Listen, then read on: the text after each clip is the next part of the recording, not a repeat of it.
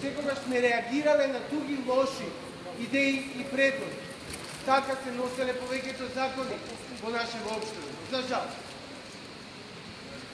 Но може би и изгледа дошло време работите да се сменат и промените да почнат да доаѓаат однак.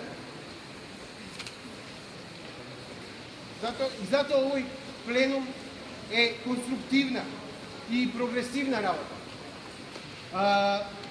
Ваквото организирање доаѓа како резултат на тој предолг мир и неактивност.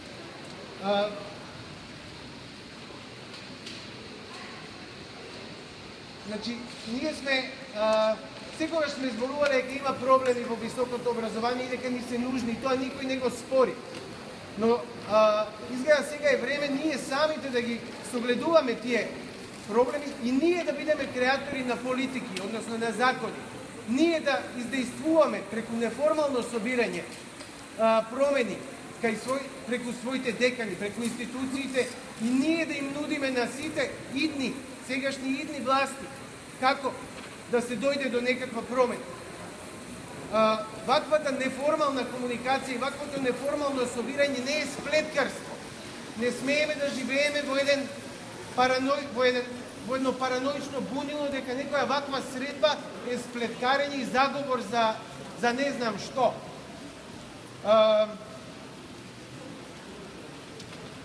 Имаме општествена одговорност однапред да реагираме на проблемите кои самите ги воочиме во сопствените редови. Имаме и етичка одговорност да реагираме и да не ги спроведуваме штетните закони. Штетните и неправедни закони.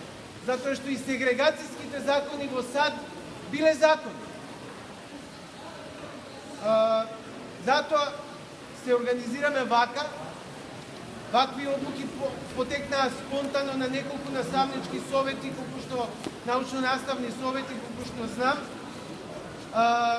Имаше и неформални групи кои се збираа, кои рекоа ајде да направиме нешто, па се пишуваа писма до странски мислители и светски филозофи и учители како нас.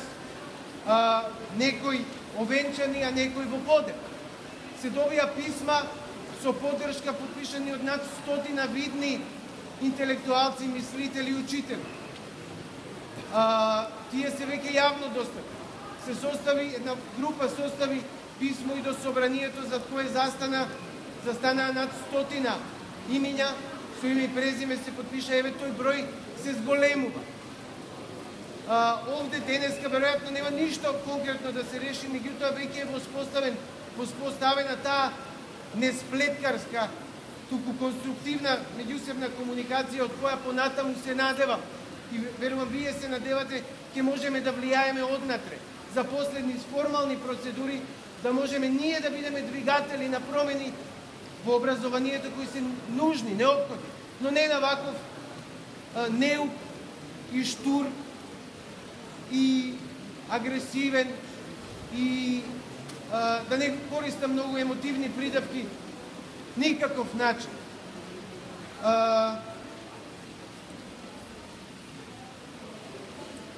Се опитавме да испратиме, да побараме да се вклучиме во неколку процедурални средства кои ни се на располагање како на граѓани, не како пратеници, меѓутоа имаме право на комуникација со тоа наше собрание. Ништо од тоа не се прифати. Продолжуваме со уште неколку процедурални средства и такви средства во она писмо кое се состави се предлагаат на собранието. Како да постапат во оваа ситуација за да не го усвојат овој закон и за да почне од почеток една нормална, човечка, разумна и сеопфатна анализа која можеби и треба да трае многу подолго отколку што замислила оваа влада. И на крајот, доколку и тоа не се исполни,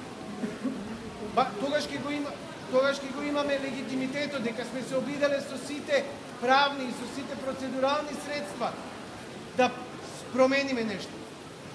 Доколку и тоа не успе, нам ни останува најнепосакуваната варијанта која може би, ете, ќе се согласите, може би нема да се согласите, затоа е пленумот, која се вика граѓанска непослушност. Односно, мора да се нагласи ненасилна граѓанска непослушност. Односно, одбивање да се спроведуваат штетни и лоши закони. Се надевам дека за ова понатаму ќе се разговара, за ова никој не може да одлучи поединечно, меѓутоа можеме заедно да одлучиме и да ги повикаме ние да бидеме солидарни, како што сме солидарни и со студентите, може би и тие ќе бидат, верувам дека и тие ќе бидат солидарни со нас.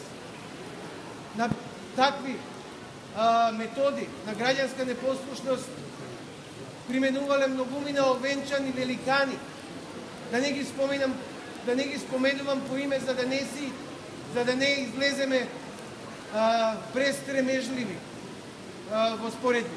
Јас толку имам да кажам, има тука други што би можеле